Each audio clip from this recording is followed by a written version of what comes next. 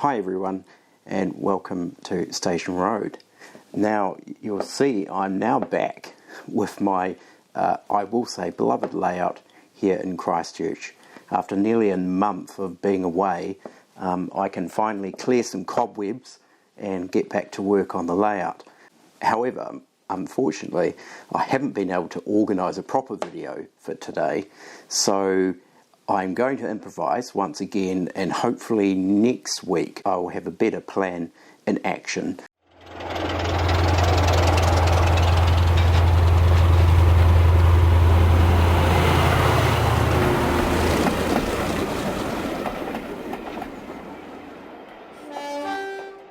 So today I thought I'd put together a quick video showing some specific areas of Station Road in more detail. So the area we're looking at here is the goods shed, goods yard. There's a cattle stock platform there, and I thought what we'll do is I'll pop this off the baseboard so you can see how it works, because actually hidden underneath here, of course, is the lower level of track, which gains access for cleaning or any potential derailments. So essentially what we've got here is this is all one unit that hinges out like so and pops out, and there we have it. So that whole unit comes out in one piece. I've yet to actually hook up the wiring because there is lights in the buildings, but as you can see there's the cables there, and underneath you'll see is the trench where the track runs through.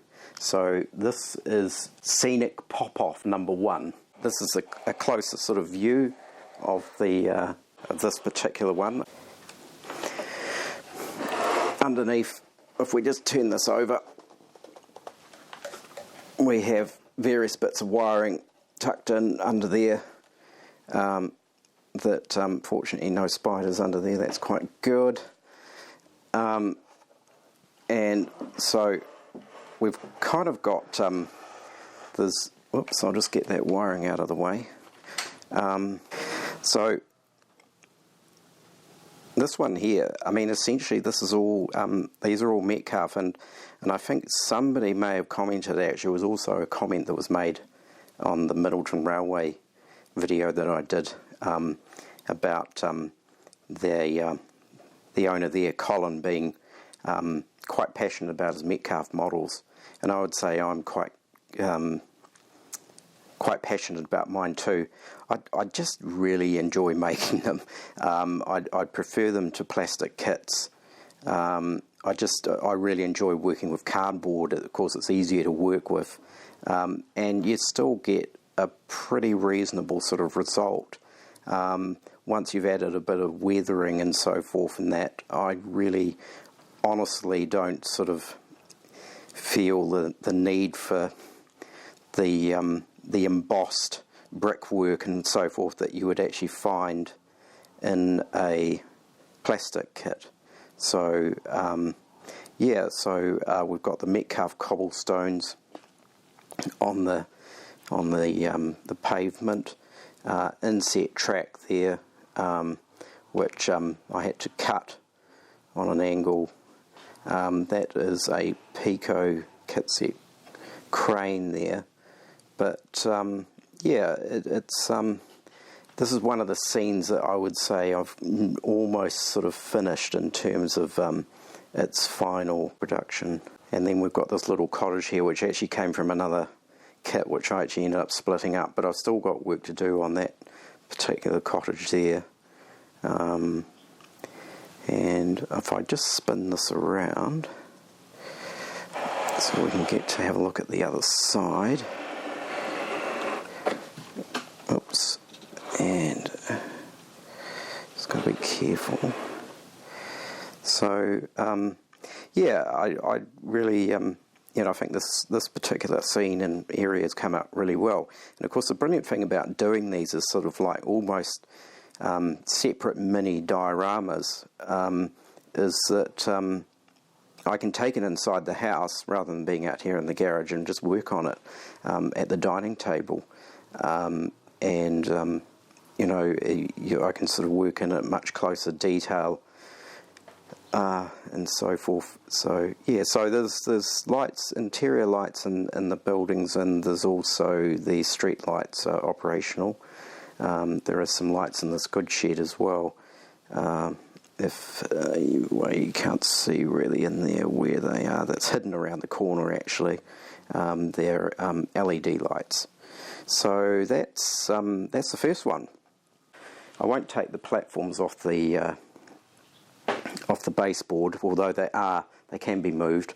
But I've started working on that as well in terms of getting some weathering and some detail, a few gardens, and of course people and other bits and pieces in here.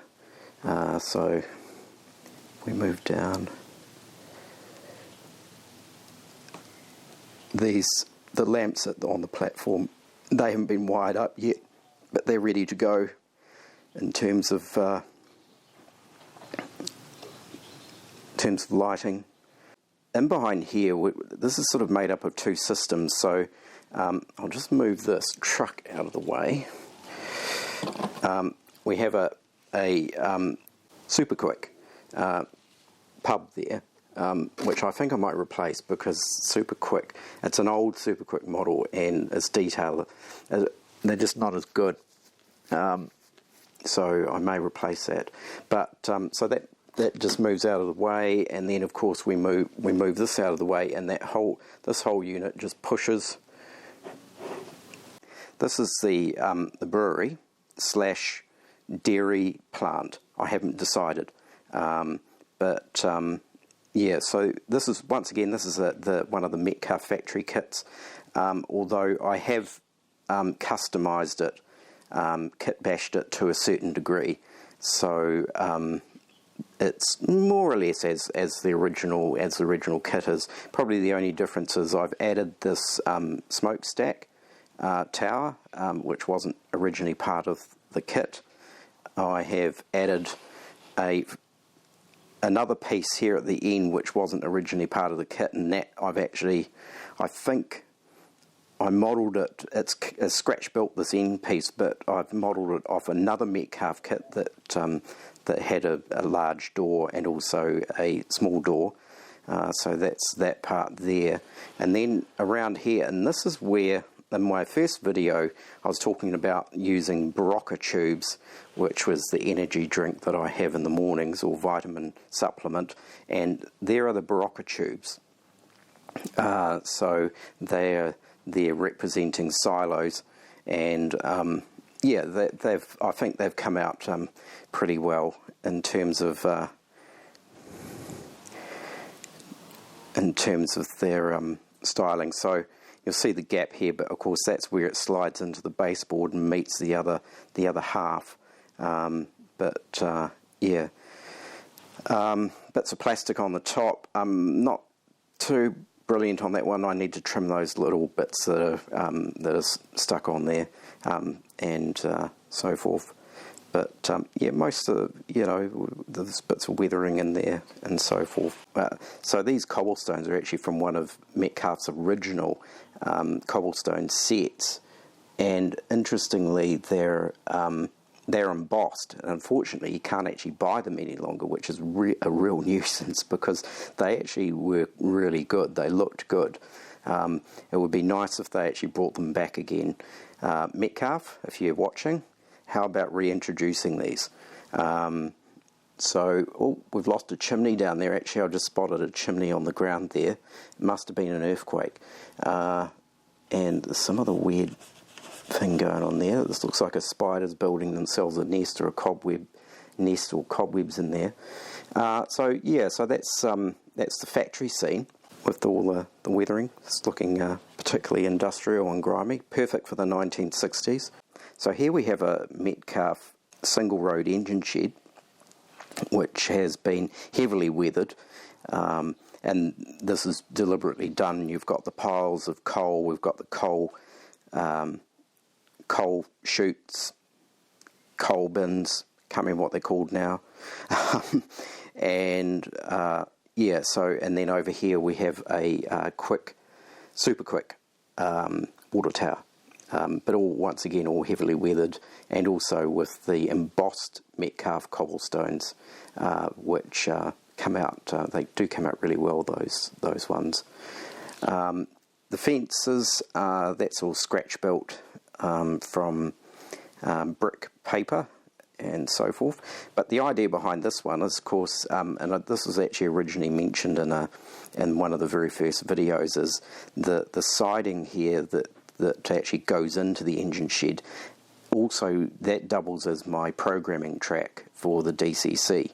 So it's a simple case of we just slide this out, because this the workman's hut is anchored to the baseboard, and it acts as an anchor, and then we just slide that out from there. Then we slide it out from the stairs at the other end, which you can just see tucked down there, and then this whole unit pops off as well, and that comes out.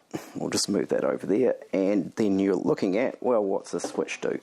And so this switch here is essentially what I use to switch between it just being standard track and being the program track. So it's essential, just a simple case of flick that to program, pop the locomotive on this section of track which is isolated, program the track, change any CVs and so forth, and then once that's done, I just switch it back to track and test the locomotive, and off we go, and that will just run down that track there. So that's, I've just found, is a really easy, simple way of not where you don't have to have a separate piece of track elsewhere, and then having to lift locomotives on and off, shifting them between different bits of track. So this is the single road engine shed with a coaling stage, is what it is called, and once again, as I said before, quite heavily weathered, lots of coal lying about. There's probably still more I'd like to actually do on this to sort of grime it up even more, add in even more overgrownness and a few weeds and things like that. And then of course that's actually an old Triang water crane, which I actually really like. They're made of metal, and I'll probably actually give that a paint up and weather it, just to bring it into keeping with the rest of the scene. So if we just turn this around, just swivel this around this way, and that's what we're looking at from the other side. So this is just a yard, industrial yard and so forth, for rail vehicles and rail work vehicles and so forth. So yeah, another area which I've started or done a little bit of work on is down here, and this is in the double road engine shed, which is part of really the main, I guess you call, sort of small TMD area. This is a fueling section here, so we've got a water tower, we've got a fuel tank. I've still actually got to do some other bits, so we've actually got to figure out, well, how do they get the fuel from the tank into the locomotive? So but I'll just see if I can get that, because these are all bits that actually pop off the baseboard. So I'll pull that out. So once again, lots of weathering, bits of coal, some scratch-built fence, which once again used bits of old Metcalfe kits for the brickwork. Interestingly, the top rails are actually just plastic ladders turned on their side to make that top bit of fencing, which, you know, it looks reasonably authentic looking. And the tank itself is actually a Hornby tank that I have removed from the frame of a wagon and placed on a brick plinth. This here is based on some research I did on coaling stages, and I couldn't really find one that was going to suit this particular area. So this is loosely based on one that did exist somewhere, I can't remember where, and this is all scratch built. and once again heavily weathered, so obviously being coaling stage, it would be pretty filthy. Metcalfe over here, we've got another set of industrial buildings in there. None of these have been weathered yet. This sort of area I haven't really gone any further with just yet. We do have a siding in here. I did actually kit bash this building here, and I knocked out a hole through there, so it actually has an internal platform, and the wagons can actually run through underneath. This is the Metcalfe church, and this is actually quite a good model. I quite like this. I haven't actually weathered. I don't think I will weather it. I mean, it's already got sort of some form of weathering, which is actually part of the print.